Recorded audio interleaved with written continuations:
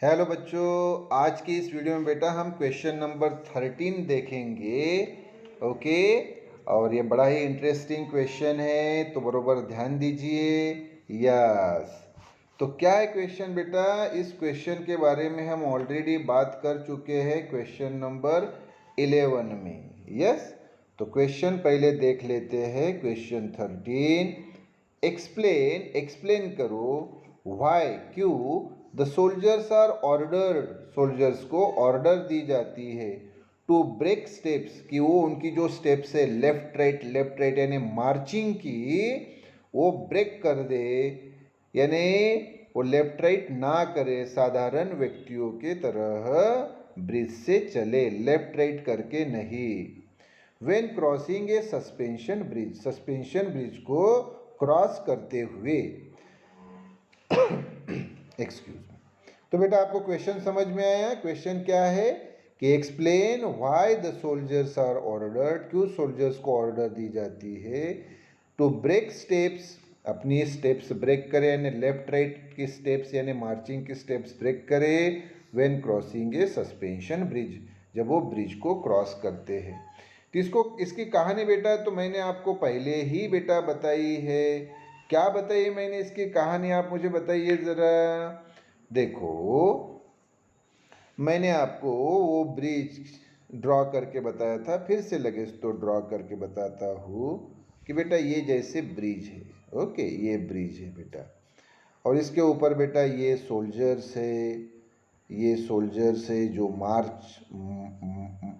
मार्च कर रहे हैं, मार्चिंग है, लेफ्ट राइट कर रहे हैं ये सोल्जर्स। मान लो 100 200 300 सोल्जर्स है।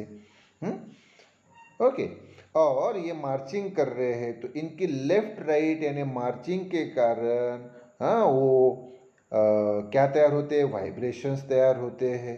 तो वाइब्रेशन के कारण ये ब्रिज भी क्या होने लगता है बेटा? तो ब्रिज भी वाइब्रेट होने लगता है। ये देखो ब्रिज भी बेटा ये वाइब्रेट होता है। हाँ, और ये वाइब्रेट होता है बेटा एक पर्टिकुलर एम्पलीट्यूड से। ये देखो ये एम्पलीट्यूड बेटा, चाहे अप या डाउन, ये एम्पलीट्यूड बेटा। यस, तो ये एम्पलीट्यूड से वो मतलब वाइब्रेट होता है। अब मैंने आपको बताया कि बेटा अगर अगर सोल्जर्स, ये जो सोल्जर्स है बेटा, इनके मार्चिंग की फ्रीक्वेंसी, सोल्जर्स के मार्चिंग की फ्रीक्वेंसी और ये जो ब्रिज है बेटा, ब्रिज के वाइब्रेशन की फ्रीक्वेंसी अगर सेम हो जाती है, क्या हो जाती है बेटा? सेम हो जाती है, तो ये ब्रिज जो है ना बेटा, ये मैक्सिमम एम्पलीट्यूड से वाइब्रेट होगा। और ये ब्रिज अगर मैक्सिमम एम्पलीट्यूड से वाइब्रेट हुआ तो ये ब्रिज गिर सकता है बेटा, ये कोलैप्स हो सकता है ये ब्रिज। अब आप मुझे बताओ, क्या ये ब्रिज ने कोलैप्स होना चाहिए? नहीं, क्योंकि ब्रिज को बनाने के लिए तो भाई करोड़ों रुपए लगे, तो करोड़ों रुपए तो वेस्टेज चले जाएंगे। तो क्या ब्रिज गिरना चाहिए? नहीं। इसलिए सोल्जर्स को उनका जो कमांडर रहता है वो ऑर्डर देता है कि भाई ब्रिज के ऊपर चलते वक्त वो मार्चिंग ना करे, लेफ्ट राइट ना करे। तो मान लो वो एक जगह से दूसरे जगह जा रहे हैं मार्चिंग करते हुए, और बीच में अगर ब्रिज आता है तो ब्रिज के ऊपर से उनको मार्चिंग करने के लिए रोका जाएगा। हाँ, ब्रिज खत्म हो गया, फिर वो सामने निकल गए, तो फिर से वो अपनी मार्चिंग यानी लेफ्ट राइट कर सकते हैं, उसमें कोई प्रॉब्लम नहीं, लेकिन ब्रिज के ऊपर से नहीं। तो यही प्रश्न है बेटा। देखो फिर आंसर का पहला point, soldiers exerts A periodic force on the suspension bridge. हाँ, सोल्जर्स जब बेटा लेफ्ट राइट करते हुए चलते यानी मार्चिंग करते हुए चलते हैं, तो वो एक पीरियोडिक फोर्स यानी सादी भाषा में एक फोर्स लगाते हैं उस ब्रिज के ऊपर। इसका क्या होता है? इसके कारण therefore the bridge begins to vibrate, bridge जो है ये वाइब्रेट करना शुरू होता है। ये ऐसा वाइब्रेट होता है बेटा ब्रिज। हाँ, यस। सामने का पॉइंट, हाँ ये भी मैंने ऑलरेडी आपको बता के रखा कि if the frequency of the periodic force, या पीरियोडिक फोर्स यानी बेटा सोल्जर्स की मार्चिंग।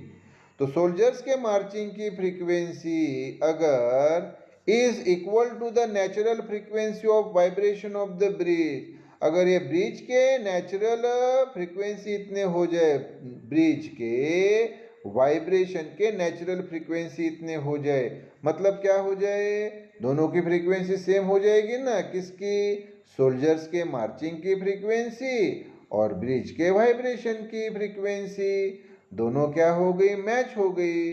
तो क्या होगा, रेजोनेंस में ऑकर, क्या होगा बेटा, रेजोनेंस होगा, होगा कि नहीं, फिर से बताओ क्या, कि if the frequency of the periodic force यानी सोल्जर्स की मार्चिंग, इसकी frequency is equal to the natural frequency of vibration of the bridge, bridge के वाइब्रेशन के नेचुरल फ्रीक्वेंसी इतनी हो गई, मतलब दोनों की फ्रीक्वेंसी सेम, दोनों कौन, सोल्जर्स की मार्चिंग और ये ब्रिज, इसकी फ्रीक्वेंसी सेम हो गई, तो रेजोनेंस में ऑकर क्या होगा, रेजोनेंस होगा।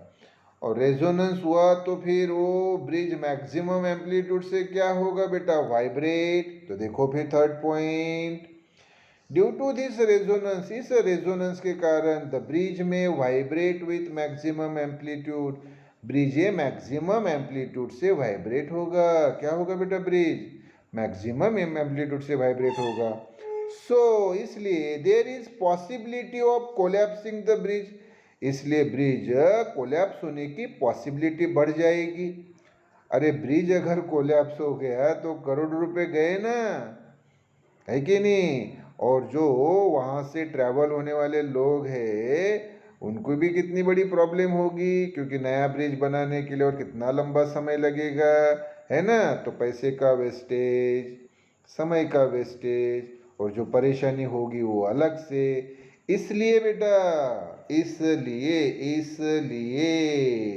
क्या होता है, फिर चौथा पॉइंट देखो, कि in order to avoid the collapsing of the bridge, bridge की कोलैप्सिंग अवॉइड करने के लिए, अवॉइड करना यानी टालना, और इन ऑर्डर टू यानी के लिए, फ्रेज है बेटा ये, इन ऑर्डर टू यानी के लिए, तो in order to avoid, avoid करने के लिए क्या, the collapsing of the bridge, bridge को कोलैप्स होने से, ब्रिज को गिरने से बचाने के लिए the soldiers are ordered, soldiers को ऑर्डर दिया जाता है उनके कमांडर के द्वारा, to break up their steps, कि वो उनकी स्टेप्स ब्रेक करे, लेफ्ट राइट ब्रेक करे, when crossing a suspension bridge cross करते वक्त।